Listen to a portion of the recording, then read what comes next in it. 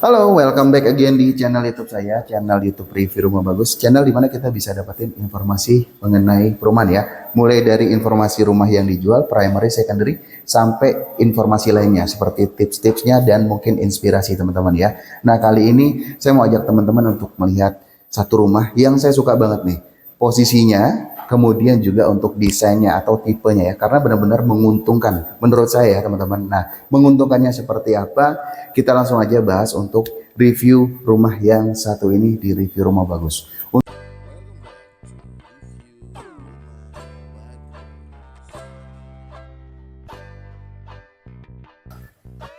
Sekarang saya sedang berada di Greenland River Villa.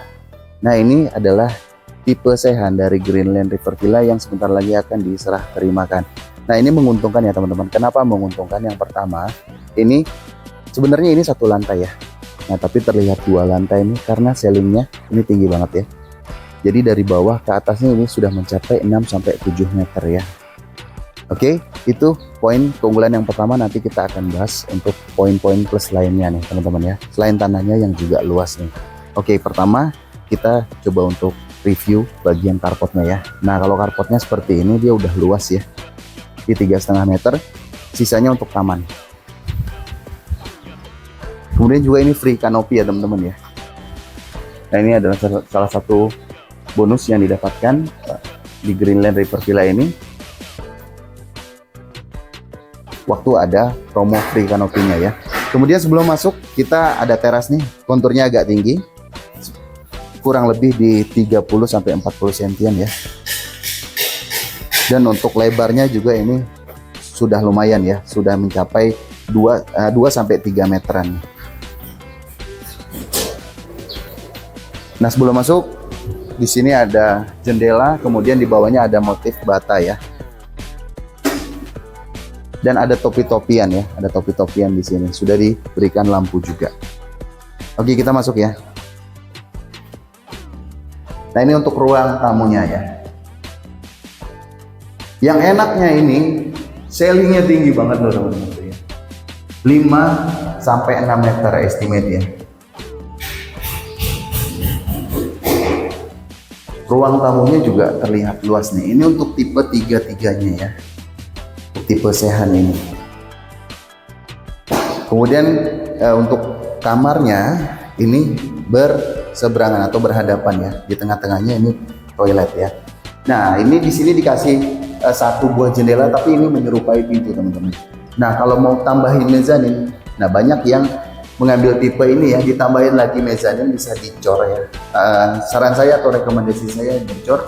Ini kurang lebih untuk tambahan biayanya 25 juta sampai 30 jutaan ya. Nah, nanti jadi ada tangga di sebelah sini. Nanti jadi ngambil tangganya nih dari sini nih, ke bagian mezaninnya. Nah, mungkin kalau di bagian ujung seperti ini bisa ditambahin exhaust ya, atau jendela yang menghadap ke luar ya, karena di sini udah nggak ada tetangganya lagi nih. Ini rumah paling ujung ya. Nah, sebelum kita masuk ke kamar, ini kongliongnya cukup tinggi ya. Untuk lebarnya sudah standar, tapi ini cukup tinggi nih, karena menyesuaikan dengan plafonnya ya, plafon yang cukup tinggi. Jadi rumah terlihat lebih luas tentunya ya, lebih enak. Sekarang kita lihat ke kamar pertamanya ya. Ini kamar depannya atau kamar yang berada di depan. Ini kemungkinan kamar anak. Jadi untuk ukuran kamarnya kurang lebih sama ya dengan kamar belakangnya, hanya kamar belakangnya lebih luas aja. Sedikit aja bedanya. Nah, untuk di kamar yang pertama ini atau kamar bagian depan ini sudah ada jendela di paling pinggir ya jendelanya posisinya. Kemudian juga untuk keramiknya ini sudah pakai ukuran yang 40x40 dan sudah di flint semua ya. Di semua ruangan sama motifnya ya, kecuali kamar mandi dan area belakang atau service areanya. Nah, kemudian ini adalah kamar belakang. Ini bisa jadi master bedroom, kamar orang tuanya ya.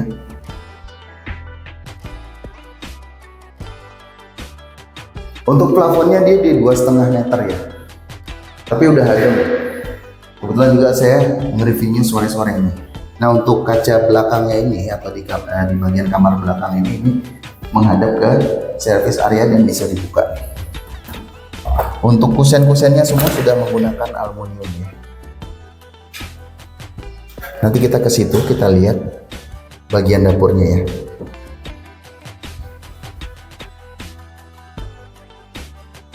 Sekarang kita ke bagian toiletnya dulu nih ya. Toiletnya memanjang, seperti biasa sudah dikasih shower ya, keran shower, kemudian juga toilet jongkoknya yang ada juga untuk ada showernya juga ya di bagian situ.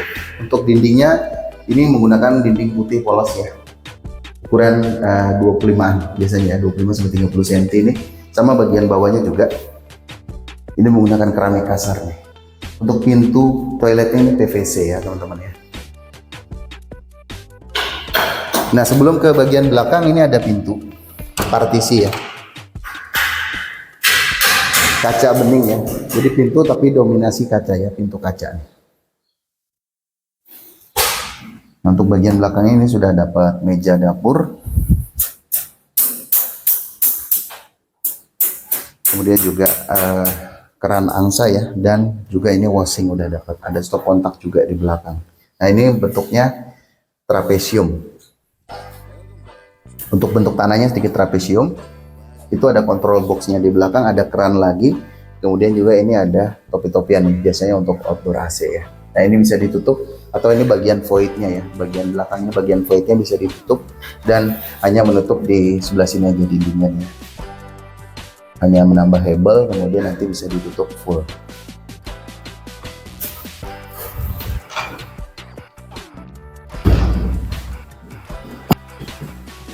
Oke, sekarang saya ke bagian depannya nih. Nah, kalau tadi kita bahas salah satu keunggulannya ya, ini plafon ceilingnya tinggi mencapai 6 meter, jadi nanti bisa ditambah mezanin. Nah, itu poin plus yang pertama. Yang kedua ini, nah ini sisa tanah ya teman-teman ya. Ini sudah termasuk ke bagian rumah yang ini. Nah, untuk tanahnya tadi saya jelaskan trapesium ya. Nah, bagian ini bisa dibuat taman atau kolam-kolam kecil nih. Nanti di sebelah sini juga akan diturap ya, tertutup oleh hebel bagian tembok rumah yang atau unit yang lainnya. Nah, enaknya ini kan di paling ujung teman-teman ya. Saya jalan dari sebelah sini supaya kelihatan.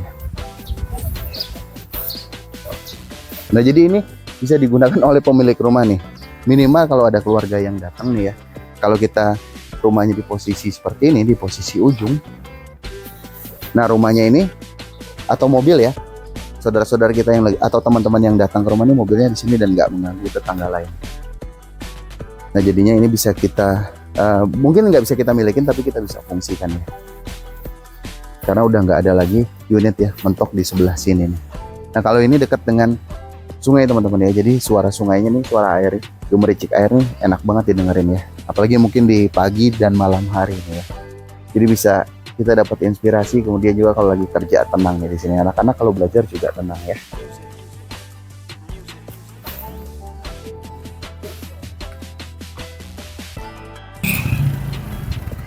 Nah, sedikit mereview aja ya. Mungkin di sini ada sobat rumah yang baru tahu nih ya mengenai Greenland River Villa nih.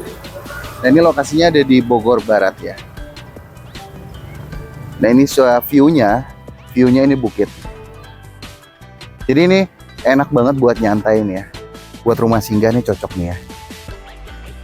Nah, ini kita menuju ke gate-nya, gate depannya ya. Kalau di sini kelihatan view bukitnya ya, hampir jelas banget nanti sama di taman. Saya juga ke taman ya.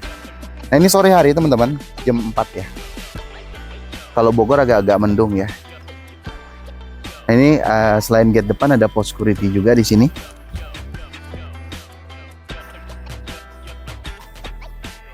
Nah, kalau sore ini anak-anaknya area bermainnya di sekitar sini aja. Karena juga ada area bermain yang udah disediakan ya di sini ya. Nah, kalau yang sebelah sana itu blok B, kalau yang sebelah kanan ini blok A ya. Nah, yang saya review tadi ini blok A ya, yang mendekati sungai ini.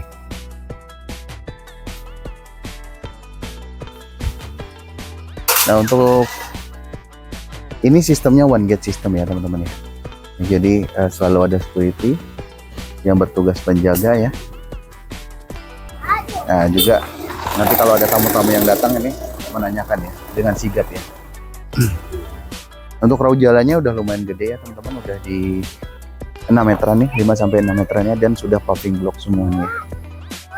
Ini kita coba ke taman ya. Nah ini anak-anaknya nih lagi pada bermain ya. Kalau ini taman anak,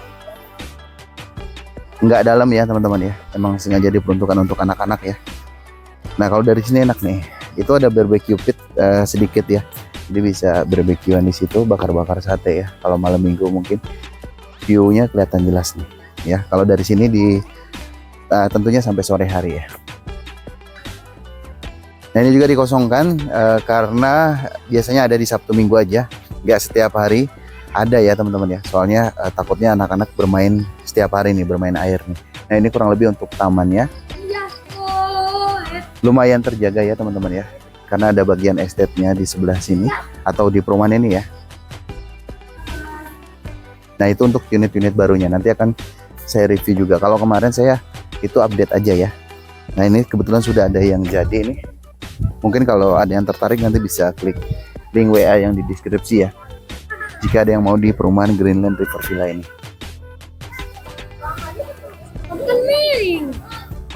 Nah ini untuk taman ya, taman yang sebelah kiri kalau dari depan.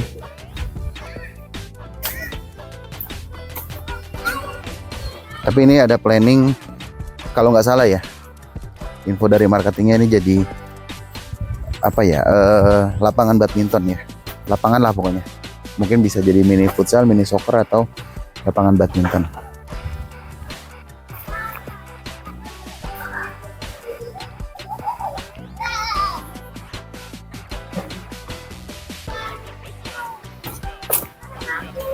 Nah kalau bagian masjidnya sebelah depan nih, sambil kita jalan ke depan ya. Kalau Sabtu Minggu ke sini ada. Kalau mau survei ya, marketingnya ada, nanti minta Sherlock aja. Nanti saya sertakan di link WA ya. Nanti bisa diklik link WA-nya. Pada deskripsi saya berikan ya, di deskripsinya silahkan dilihat. Kemudian diklik link WA-nya.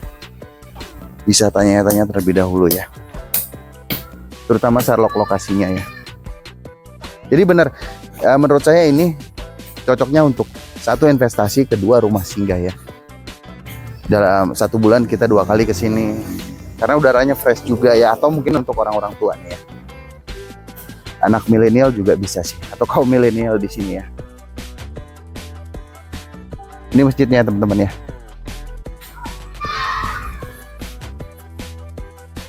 Untuk ke stasiun dia kurang lebih kalau paling cepatnya 40 menitan ya, 45 menit ya ke stasiun Bogor.